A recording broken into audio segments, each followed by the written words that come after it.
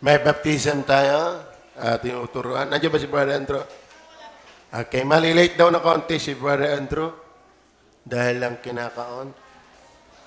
Okay, good morning po sa mga nandito. Patuloy po nating tinatalakay ang hanggang kaya nating abutin ang tala ng iba't ibang uri ng kasalanan na sapat na dahilan para ang tao ay dalhin sa impyerno. Dahil ang kabayaran ng kasalanan ay kamatayan. So, hindi libre ang kasalanan. May bayad talaga yan. Hindi karma ang tawag doon. Iba ang karma. Huwag kayo maniniwala sa karma. Yan ay witchcraft term. Yang mga karma ay ginagamit ng mga mangkukulam. So, hindi ang terminong pang-Krisyano. Sa atin ay kabayaran, konsekwensya. So, hindi libre ang bumaliwala sa Diyos. Ang labanan ng Diyos. Mabigat po yan. Galatians chapter 5 verse 20. Pakitayo po kayo. Muli, sa paggalang salita ng Panginoon. Salamat sa mga bisita natin na nandito at sa lahat. At yung mga darating pa. Now, ganito sabi ng Bible sa English muna. Now the works of the flesh are manifest. Which are these?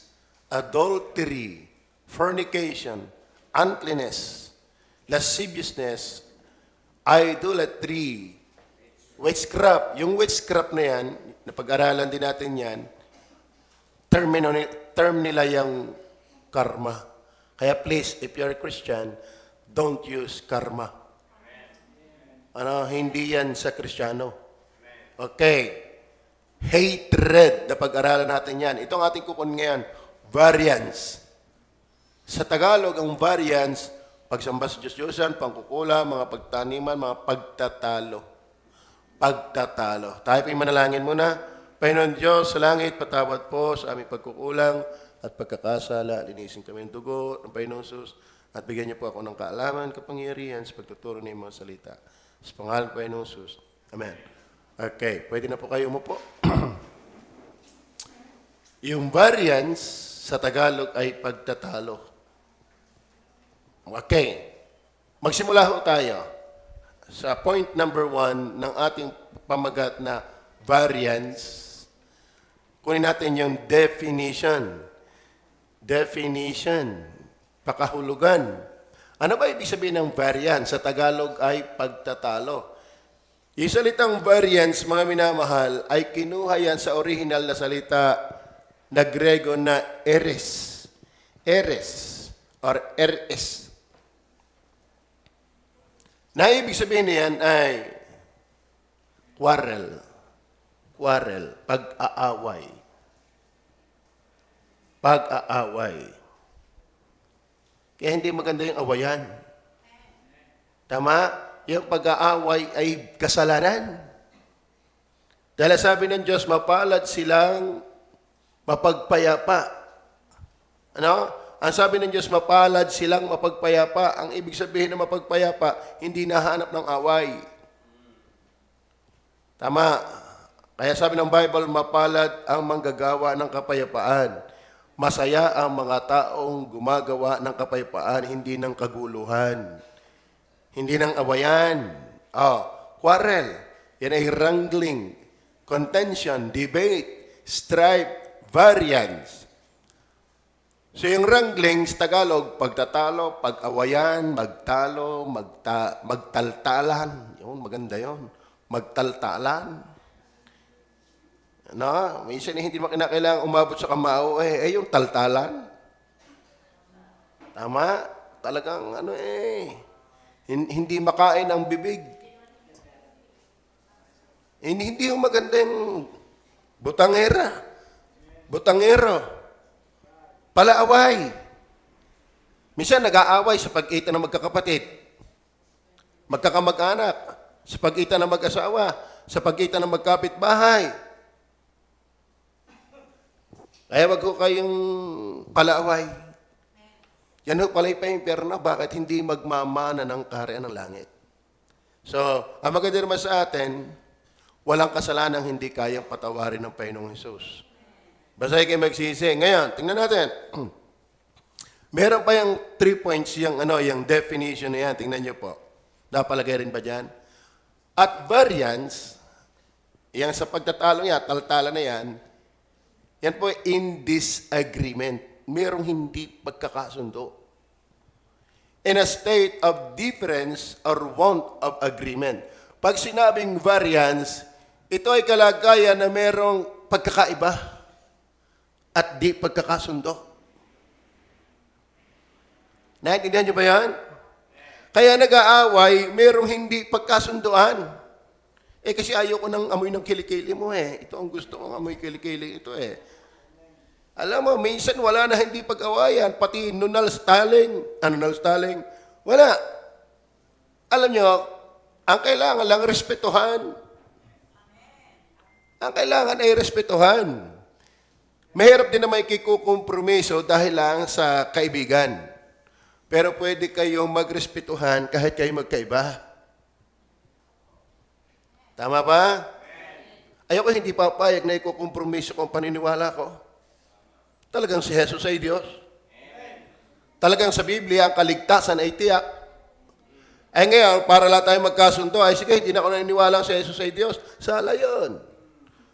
Pwede kayong merong disagreement, pero merong pakikisama. Hindi compromising, kundi maturity.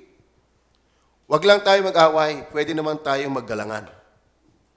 Tama? Parang Jose Ibarra election. Naintindihan niyo ba yan? So, ang pag-aaway, kalimitan yan ay tayo na merong hindi pinagkakasunduunan. Mamaya, makikita pa natin yan. Number 2, na pinapatakan ng tinatawag na variance. Ang ating paksa, variance. Isa yan sa kasalanan na nakalagay sa Bible. Na kapag ito hindi na pagsisisihan, hindi magmamana ng kaharian ng langit. At ako iniwala dito, walang santo ditong hindi napaaway. Hindi nagalit. Kayo ba'y nagalit din? Kayo ba'y napataltalan din? Kayo ba'y may nakasagutan din? Kayo ba'y merong inayawan din? At talagang sulukasok na sulukasok kayo? Muhing-muhi kayo? At parang tingin mo magpapantay ang inyong... Pandalwa, pag sinabing variance, in a state of dissension or controversy, in a state of enmity. Yan. Ang variance talaga'y nagsasagupa na. Nagsasagupa na. Bansa sa bansa. Kapatid sa kapatid. Laman sa laman. Parang kotobato. Sila-sila nag-aaway. Di ko alam ang dahilan ng gulo. Tama ba? Minsan, pinag-aawayan, mamanahin. Yung iba naman, kaya mag-aaway, walang mamanahin. Wala nang lusutan Oo. Magkakapatid, nag-aaway dahil ng inggitan. Ang lagi nila paborito si kuya. Hindi na ako napapansin. Ay di kayo unang magkaaway si Cain at si Abel. Si Abel inaway, pero si Cain ang nang-away. Pinatay ni Cain si Abel. Bakit? Dahil ang inggit. Dahil ang inggit. Kaya yung inggit, yan ay sa jablo. Magpasalamat ka kung ano meron ka. May kanya-kanyang ibinigay ang Diyos sa atin. Hindi naman kompetisyon sa Diyos. Complementing each other, not competition. Tama ba? So, merong state of enmity. Merong talagang diklapan. Merong pag-away. Bakit? Meron kasing variance. Merong disagreement, kaya may enmity. Tama? At meron namang tao na wag lang hindi maging kaiba, ang pananaw ay galit agad. Number 3, tingnan natin.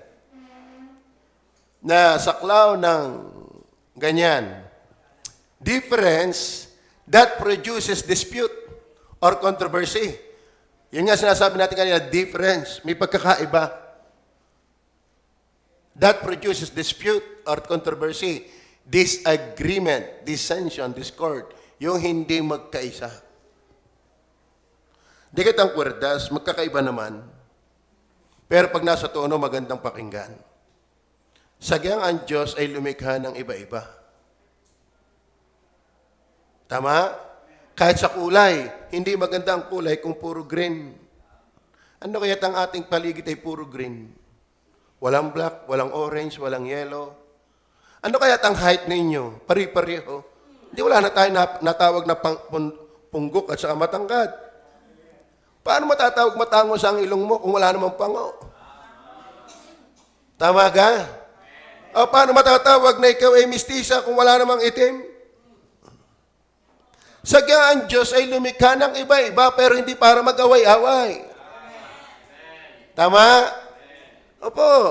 Kaso lang dahil ng kasalanan, dahil sa pagkakaiba, may pagtatalo. At yan tatandaan ninyo, isa sa hindi magmamana sa kaharian ng langit ay yung variance. Tingnan natin, palalimin natin. Una, definition.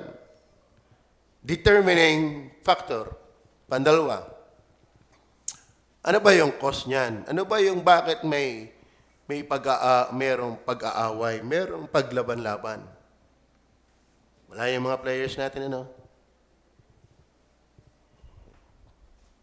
Okay. Magsimula tayo sa John chapter 3, verse 19. John chapter 3, verse 19. At ito ang kahatulan.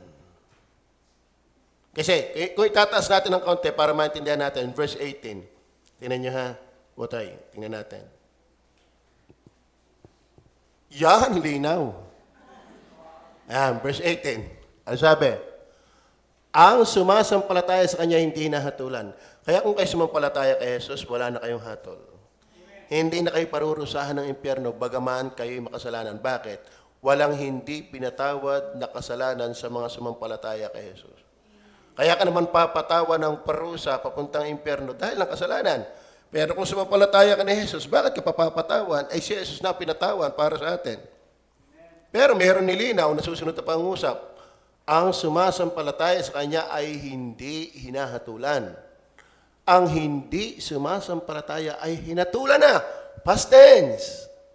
Maliho yung turo na malalaman mo kung ikipalangit o pa-imperno pag namatay ka. No. Buhay ka pa, hinatulan ka na. Sentensyado ka na. Kung baga, nagbulungan na. Alam na, ikakasal na kayo, nakapagbulungan na. Kung baga, ikaw ay may warrant of arrest na. Hindi ka man nakakulong, pero ikukulong ka na. Tama ba? Ang hindi sumasampalataya, yes, buhay ka pa, pero may hatol ka na. Yun naman sumampalataya kay Jesus, buhay pa, wala na ring hatol. Kaya kung ako sa inyo, manampalataya kayo kay Jesus. Amen? Hindi kay Maria, hindi kay Baptist, hindi kung kani-kanino man. Kay Jesus. Kasi ang sumasampalataya sa Kanya, yung Kanya dyan, si Jesus, ay hindi hinahatulan. Ang hindi sumasampalataya. Kaya huwag kayong mapalagay doon sa kalagayang hindi sumasampalataya. Peligro ngayong darating. Peligro. Naniniwala ka nga sa maglalako ng abon? Tama ba? Naniniwala ka nga sa mga mason? Naniniwala ka nga sa karpintero? Ay, bet pinagagawa mo ng bahay mo, ay di naniniwala ka sa kanila. Ay, bigay yung tao yung pinapaniwalaan mo, tapos Jesus, nabayubay sa krus ng Kalbaryo, ayaw mo maniwala. Ayaw panampalatayanan, ay delikado ka, utoy. Ang sumasampalataya sa Kanya ay hindi hinahatulan. Praise the Lord. Kayo ba'y nananampalatayang si Jesus lang ang pag-asa? Kayo ba'y nananampalatayang si Jesus lang ang tagapagligtas? Kayo ba'y nananampalatayang si Jesus ay Diyos na nagkatawang tao para makapag-provide ng taong walang kasalanan? para mamatay sa halip ang makasalanan ay siya. At yung kanyang walang kasalanang buhay ay may ibigay sa ating makasalanan upang yung galit ng Diyos ay mawala sa atin. At si Jesus ang kinagalitan ng Ama. At tayo naman ang tatanggapin ng Ama. Kaya tayo, kung tayo mananampalataya kay Jesus, hindi na tayo hahatulan. Hindi na tayo pa impyerno. Kayo ba'y nananampalataya kay Jesus? Hindi lugi ang manampalataya kay Jesus. Ano? Pero gumaling na ang buhay mo sa lupa. Kung ikaw hindi mananampalataya kay Kristo, walang kwenta yan. Ano ang papakinabangin ng tao na makamtan niya ang buong sanglibutan, ngunit mapapahamak ang kanyang kaluluwa? Ang pinakamalagay, tiyak mong ikaw ay palangit pag namatay. Dahil ito, sabihin ko sa inyo, baliwalain mo ang aral na yan, hindi mo naman kayang baliwalain na tayo ay mamamatay at mamamatay. Ginagaling ka na kung ikay maka-100 taon sa lupa. Pero tingin ko, liyo ka na bago makadating ng 3 baitang. Tama ba? Kaya maganda, tiyak mong ikaw ay palangit pag namatay. Pwede bang matiyak? Ayun no, sabi, ang sumasampalataya sa kanya ay hindi hinahatulan. O di tiyak. Pero tiyak din pa impyerno. Bakit? Ang hindi sumasampalataya ay hinatulan na. Parehong tiyak yan. Tiyak na palangit pag sumampalataya. Pero tiyak na hinatulan na pag hindi sumampalataya. So, sapagkat hindi siya sumasampalataya sa pangalan ng bugtong na anak ng Diyos. Oh, napakaganda pong usapin niyang bugtong na anak ng Diyos. Iba ho si Jesus sa pagiging anak ng Diyos at sa pagiging anak natin ng Diyos. Siya'y bugtong na anak. May kaugnayan ho yun sa pagiging Diyos ni Jesus. Dahil pag sinabing, pag pala anak ng Diyos ay Diyos na, ay dahil siya ay anak ng Diyos, di Diyos din tayo, kasi tayo anak ng Diyos. Ibang usapan yon. Tama? Si Jesus ay bugtong na anak ng Diyos sa pagiging Diyos. Tayo ay mga anak ng Diyos sa pagiging tinubos. Magkaiba yun. Si Jesus manunubos, tayo tinubos. Magkaiba yun. Tama ho ba? Ngayon, ano yung hatol sa hindi sumampalataya? Verse 19. At ito ang kahatulan. Ito yung tinutok mo. Yung ayaw sumampalataya, ito yung hatol ng Diyos. Bakit kayo hahatulan? Ba't kayo dadali sa impyerno? Ito yung hatol ng Diyos. Na naparito ang ilaw sa sanglibutan. Nagkatawang tao na ang Diyos Ipinanganak sa sabsaban, kaya nga may Pasko Tama ba? Tapos si Kristo nagpakasakit, naghirap, namatay, kaya nga may Simana Santa Tama? Kaso lang, alam lang nila, Pasko ay damit, bonus. Ang alam nila lang sa Simana Santa ay pasyon, pero hindi na nakikita yung tunay na mensahe. At ito ang kahatulan, na naparito ang ilaw sa sanglibutan, si Jesus. Tingnan nyo, ito yung hatol ng Diyos Inibig pa ng mga taong kadiliman kaysa ilaw. Bakit? Sapagkat masasama ang kanilang gawa. Alam niyo po ba yung tinatawag na variance? Determining factor ay meron disagreement. Ano ang disagreement? Ayaw ng tao totoo sa Diyos. Are you with me? Kaya may variance. Ang malupit na awayan, malupit na yung awayan sa pag-ita ng magkapatid sa laman. Bunso, panganay o pangalawa, panganay o pantatlo. Kaya mapalad ako walang kapatid na makakaaway si Jimuel. May pag-aaway sa magkapatid. May pag-aaway sa mag-asawa. May pag-aaway sa magkumare, sa magkaibigan, magkaklase. May magkaaway sa kapitbahay. Kahit nga sa politika, may pag-aaway. Pero alam niyo ba, pinakamahigpit na pag-aaway ay ang pag-aaway sa pag-ita ng Diyos at ng makasalanan. Bakit? Merong disagreement. Tingnan niyo, basahin ulit natin ang talata, verse 19. Verse 19, are you still there? At ito ang kahatulan. Ang mga nampalataya kay Jesus, wala ng hatol. Absuelto na. Resolved. Going to heaven when they die. Pero yung hindi sumampalataya, ay hinatulan na. At ito yung hatol ng Diyos. Kung bakit hinatulan. Mas gusto pa ng tao ang kadiliman kaysa sa ilaw. Ano ba yung dilim niyan? Hindi ho yan gabi. Isa ang inilalarawan ng kadiliman ay mga masasamang gawain ng tao. Sa totoo na ho, ang disagreement ng tao at ng Diyos, gusto ng Diyos ang kabanalan, ang tao ay masaya sa kasalanan. Kaya, between men and God, there is variance. Are you listening? Amen? Okay. In reality ha, hindi ho tayo nag-iimbento. Obserbahan mo. Alak o Bible? Sigarilyo o simba? Ang tao ay lulong sa kung ano yung ayaw ng Diyos. Meron kasing variance. Merong disagreement. Tanong ko kayo, totoo ba yan? Totoo ba yan? Alam nga naman hindi totoo yan. Ay salita ng Diyos yan. Tama? Oh. At ito ang katulan. So may variance. Kaya merong enmity. Pag sinabing enmity, labanan. Alam sa totoo na, tatanungin ko kayo, ang Diyos ba ay walang karapatang ikaw ay utusan?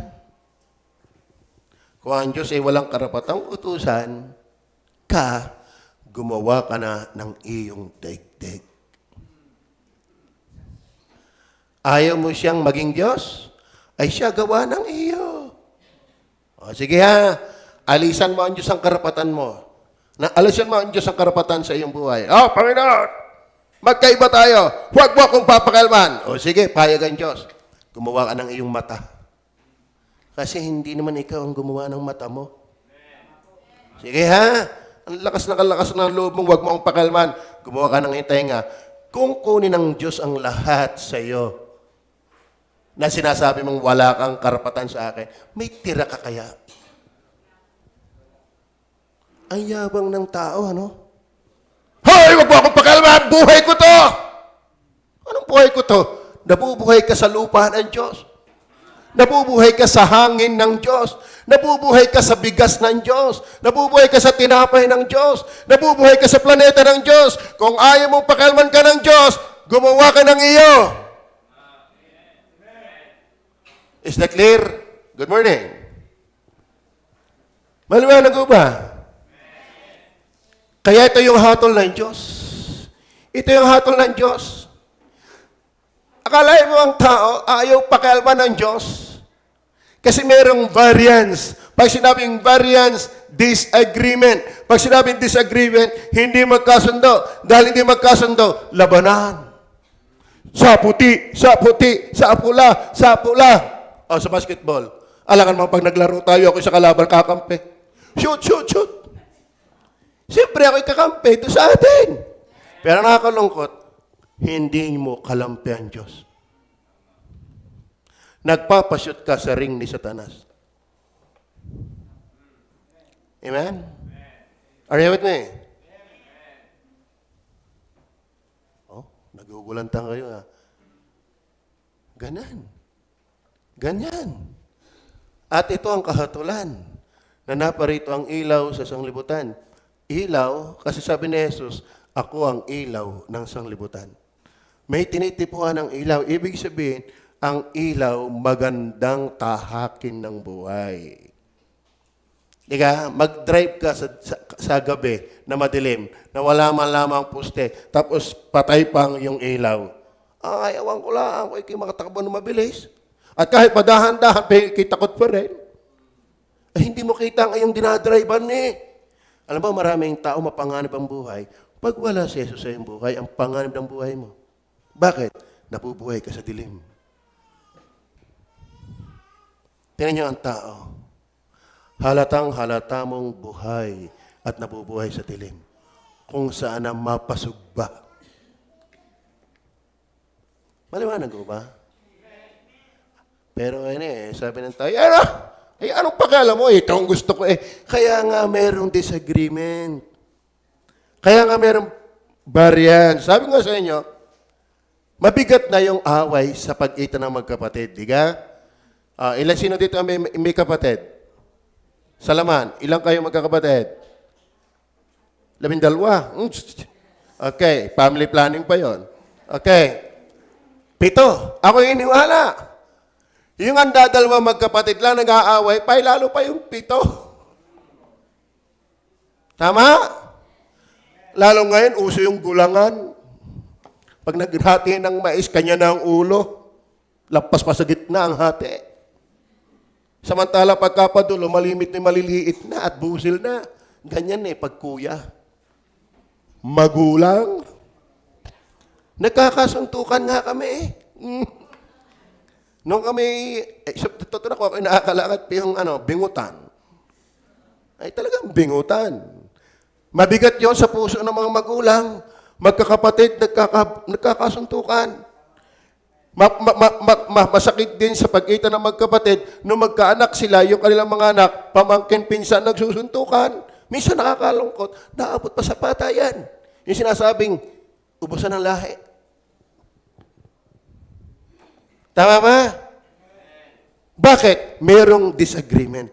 Mabigat yon, pero pinakamabigat, ang kinalaban mo yung Diyos. Yun ang pinakamatindi. Yun ang pinakamakatindi. Bakit? Sabi, inibig pa ng taong kadiliman kaysa ilaw. Reality yan.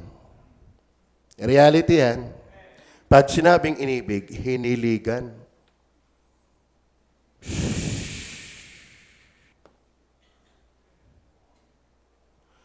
Kung nasaan ang tao, kung saan naroon ang hilig ng tao, doon mo siya masisiluan. Naintindihan niyo ba yan? Maliwanag ko ba? Variance. Definition, determining factor. Bakit merong away-away? Sa pag-iita ng politiko. Ang basketball naman, di man away yan. Sport yan. Kaso lang, nagkakasuntukan. Sport Sabi ng huli naming laban, nakita ng isang coach, sabi niya bet mo, sinaktan yung isa. Hindi humaya-alis yan sa basketball yun, nakakasakitan. Tama naman yun. Pero iba yung sinuntok. Tama naman yun. Kahit nga sports, nakukulayan ng away. Sports na yan, nakukulayan pa ng away. Why? Ano yung disagreement? Lahat gusto yung manalo. Ay, wala namang puro panalo Saan kayo nakakita ng basketball? Lahat panalo! Kung gusto mo ikipanalo, sa Diyos ka kumampi. Magsisi ka ng iyong kasalanan. Romans chapter 8, verse 7 and 8. Tingnan niyo po. Andiyan pa ba kayo? Nililinaw po natin kung bakit ang Diyos ay hinatulan ng tao. May katwiran ng Diyos. Alam mo, ang Diyos po hindi nagkakamali na ang tao ay dalhin sa impyerno. Alam niya ang dahilan niya. Bakit? Mas gusto ng tao ang kasalanan kaysa sa Kanya. Maliwanag ko ba? Oo. Tingnan niyo. Sapagkat ang kaisipan ng laman, ano bang kaisipan ng laman? Ito. Yung ating pagkatao. Ibig sabihin, makamundo, panglaman. Itong taong ito, alam mo, kayo ba may isip? Ha? Kayo ba may isip? Ano ang tukmo niyan? Ano ang tukmo? Paggising mo sa umaga, ano ang tukmo niyan? Maghapon, ang tukmo niyan? Ilang taon ka na? Ilang taon ka na? Kuya Boy, ilang taon ka na? Bata pa. Bata pa. Kay Adan. Okay. 65. Kailan ka nakakilala kay Kristo? Hindi, ilang taong gulang ka na makakilala kay Kristo? Ilang edad? Parang matanda na nga yata si Kuya Boy. Ano? Alimot nyo na. 52. Ngayon ay 65. Ibig sabihin, 13 taon ka na, kilala kay Kristo. Ito, Kuya Boy, magtotoo ka lang. Yung 52 years mo, bago ka maging 53 hanggang 65, ano talaga yung tukmo ng utak mo? Siguro nagising-gising pa lang si Kuya Boy, ano kaya ang mabiling alak? Oo. Sino kayo makakatagayan ko mamayang hapon? Nung wala ka pa kay Kristo, hindi mo naisip, ano kayang chapter nga ang babasahin paggising ng umaga? Amen? Linggo makasim pa. Walang ganyan.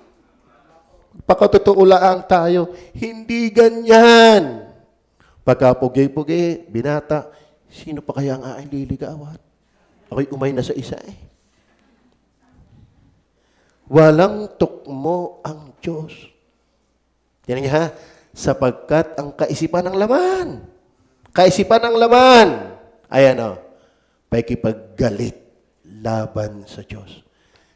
Variance, disagreement, enmity. Ang pinakamatindi, hindi yung laban sa kapatid, laban sa laman. Away sa pag-ita ng mag-asawa, away sa pag-ita ng politician. Ang pinakamatindi, yung laban sa pag-ita ng Diyos at ikaw. Bakit? Ba't mo lalabanan ng Diyos na araw-araw kang iningatan? Ay, pastor, hindi ko siya nilalabanan. Tingnan mo, yan ang ibig sabihin niyan. Sapagkat ang kaisipan ng laman ay pakikipaggalit, disagreement, enmity. Sinong kinakalaban? Laban sa Diyos. Bakit? Sapagkat hindi napasasaklaw sa kautusan ng Diyos ni hindi nga maaari. Ay, wag mo akong pipilitin. Wag mo akong papakialaman. Karapatan ko ito. Sabi nga sa inyo, kung ang Diyos ay walang karapatan sa iyo, may gumawa ka ng iyo. Naintindihan niyo ba yan? Naintindihan niyo ba yan? Kaya ba naniniwalang tayong lahat ay likha ng Diyos? Sino naniniwala ditong tayo likha ng Diyos? Yung iba, nagpaka-atyista na Merong atyista, sumakay ng aeroplano. Talagang atyista. Matigas sa Diyos. Ay kaso lang, nagkaroon ng tawag na doon, air pocket.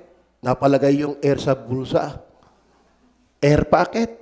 Bumulos na ganyan, sabi ng artista, Diyos ko po. Kita mo yan. Yabang-yabang artista, nung bumulos ang aeroplano, Diyos ko po. Wala namang artista, yabang lang yung artista. Pag mamamatay na, magpapahisus din yan. Dahil lahat ng tao nilikhaan ng Espiritu, yan ang function na pang Diyos. Tinan nyo ha, yung TV nyo, the remote. Kayo ba may TV the remote? Pag hawak nyo ang remote, bakit yung TV nalipat ng channel? Kasi may device na connected sa TV yung remote. Kaya ang tao imposibleng maging artista. May device na inilagay ang Diyos sa atin, yung Espiritu ng tao. Naintindihan nyo ba yan? Kaso lang dahil ng kasalanan, tumigas at namatay ang espiritong yan. Kaya ang tao'y palaban sa Diyos. Paano? Sapagkat hindi na pasasaklaw sa kautusan ng Diyos. At ang sabi pa, hindi nga maaari. May variance. Hanggat hindi ka ligtas, sutil tayo sa Diyos. Maliwanag ko ba yan? Pero ang luag-luag natin sa kadiliman. Naintindihan niyo ba yan?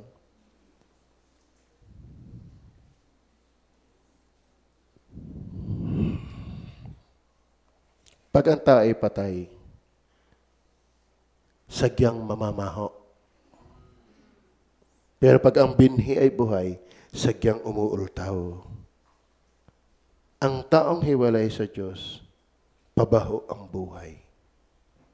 Pero pag ang tao ay nasa Diyos, paultaw sa katwiran ang buhay. Obvious po yan. Ako ay 53 na. Ako'y observant. Lalo't ako'y palabasan ito. Kayang-kaya kong basahin ang estilo ng tao. Tama? Tatanungin ko kayo, Si Kuya Boy, 65. Nakakilala, 52 years old. Kumusta yung 52 years old mo? Kuya Boy. Oh. Ikaw, tayo, ilan taong ka na makakilala sa Panginoon? 13. Ilan taong ka na ngayon? 22.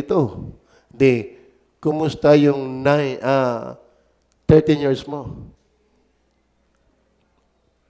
May Diyos ba doon? In Diyos ng Bible? Ako'y nakakilala sa Panginoon 16 years old, 1986. Yung aking 16 years old ay tapon. Bakit? Walang Diyos doon. Hanggat wala ka kay Jesus, wala sa programa ng iyong buhay ang Diyos. Variance. Salamat, Kuya Boy. Naintindihan niyo ba yung variance? Enmity, disagreement. Ang tao at ang Diyos ay hindi magkasundo. Ang gusto ng tao ay kadiliman. Ang gusto naman ng Diyos ay kaliwanagan. Kaya, sa mga nakaupong yan, ano talaga ang hilig mo? Liwanag o dilim? Ay, siyempre, titang papangitan niyo. Bababawan ko ang tanong. Pagsunod o pagsuway? Amen? Pagsunod o pagsuway? Bababawan pa natin. Kasalanan o kabanalan? Bababawan pa natin. Simba o alak? Baka babanal na naan dito. Bababawa pa natin. Sigarilyo o Bible study? Yung iba na imik, yung iba hindi na makaimik. Ako yun na. Totoo yan. Totoo yan. Kaya sabi ng Diyos, ito ang hatol. Hindi siya nagkamali ng hatol. Yung yung patimpalak nagkakamali pa yan minsan pagpinsan yung kalaban, yung contestant, nakalain mo nanalo, kung tatabi naman sa mga beauty queen, kasama-sama. Di nga, yung magaganda italo, bakit? Ay, pamangking ko yan. Nagkakamali minsan ng mga hurado. Pero ang Diyos pag humatol, hindi magkakamali. Alam niya kung sino ang tao. Walang kubli sa kanya. Maliwanag ko ba? Pantatlo, not only definition of variance, determining factor of variance, destination. Destination. Tingnan po natin ang destination ng variance. Balik tayo sa Galatia chapter 5, verse 19 and 20. Maliwanag ko ba? Wala yung iba mga players natin, ano? Okay. Now, the works of the flesh are manifest. Mamaya ko Tagalogin. Which are these? Adultery, fornication, uncleanness, lasciviousness, verse 20, idolatry, witchcraft, hatred, ito yung ating pinag-uusapan, variance, emulations, wrath, strife, seditions, heresies, hanggang 21 tayo. Ito malupit, mga kapatid.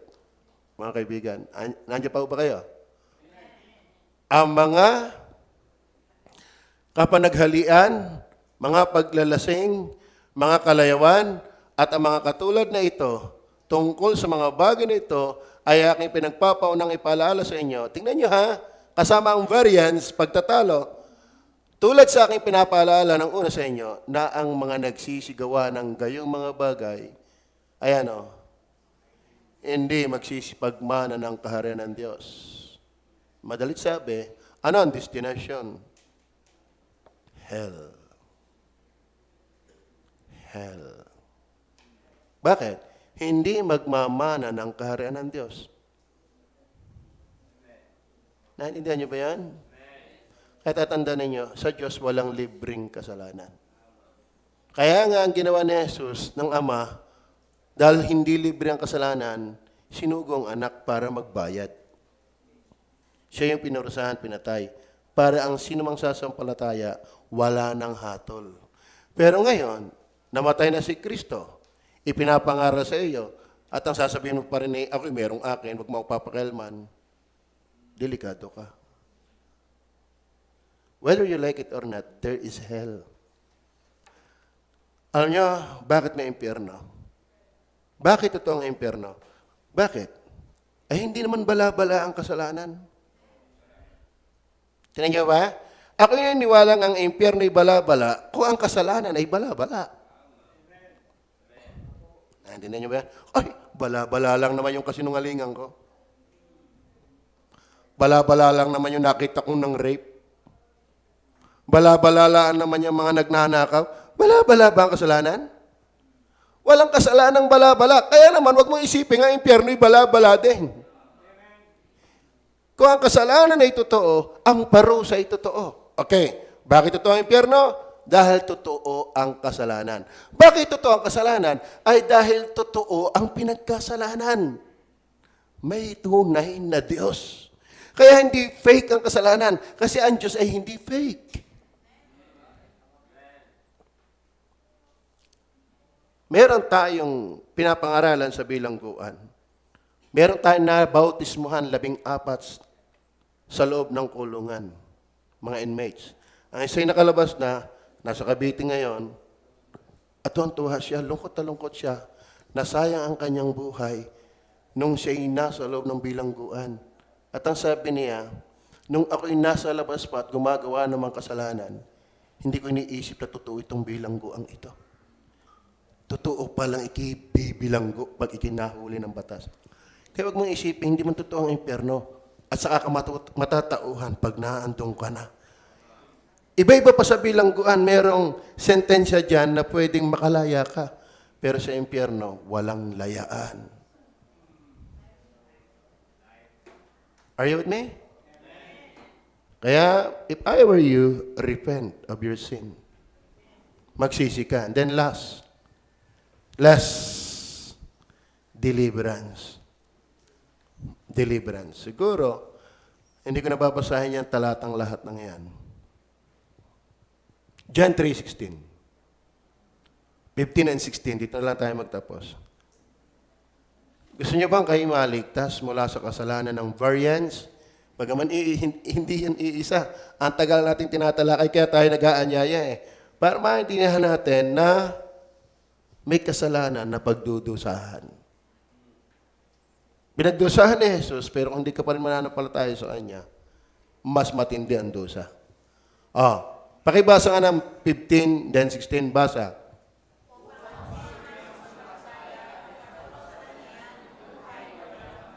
Verse 16.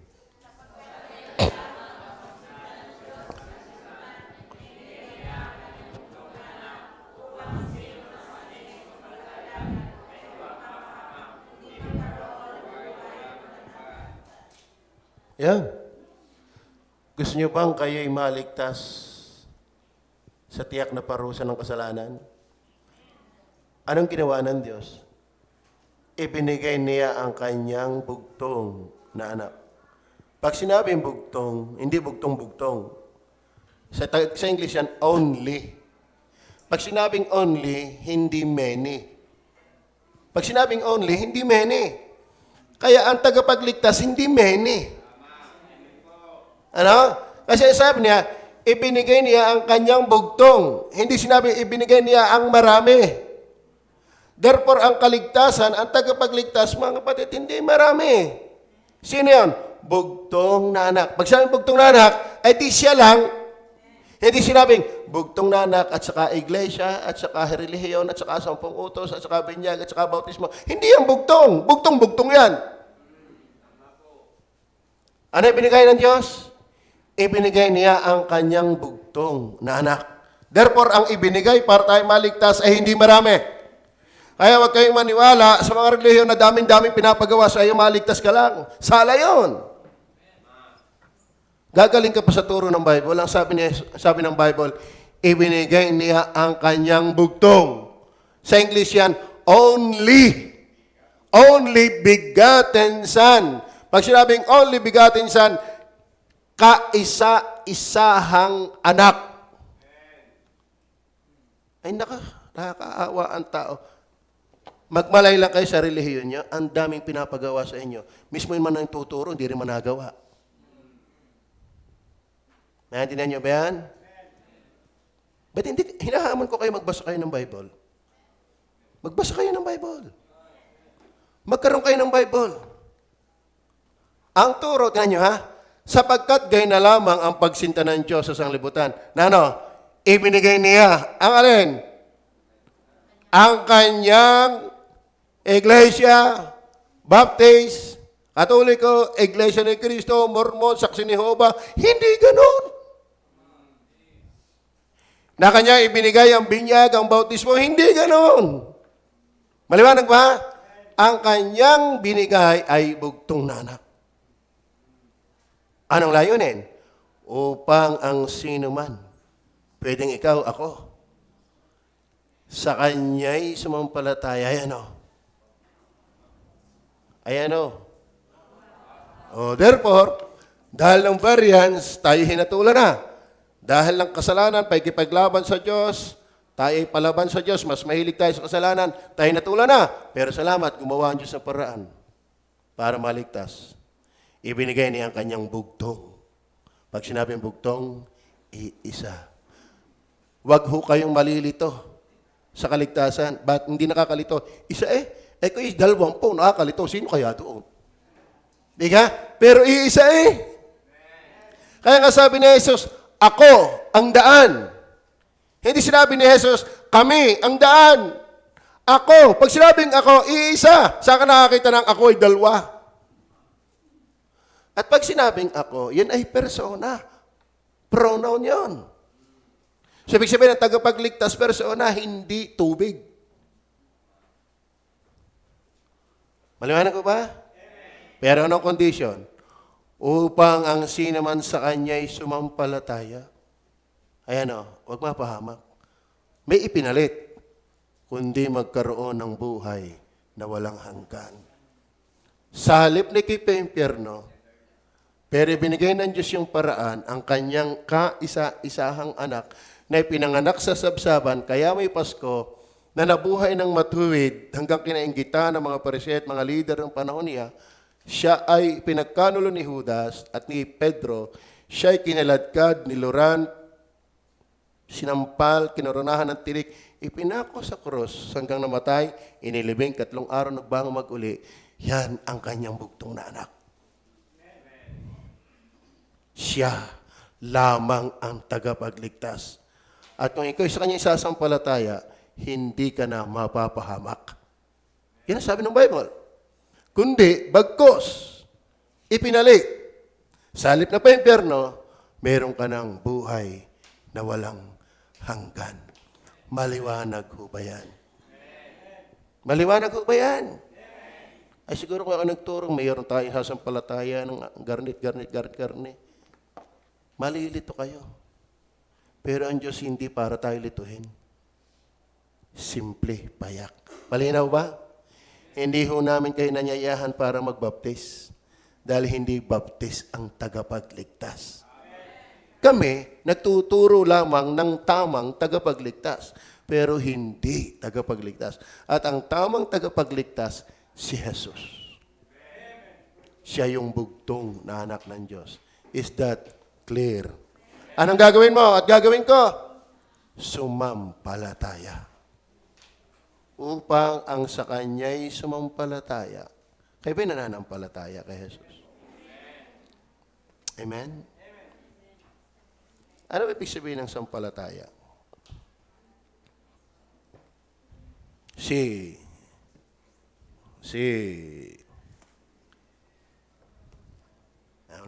Eric. Eric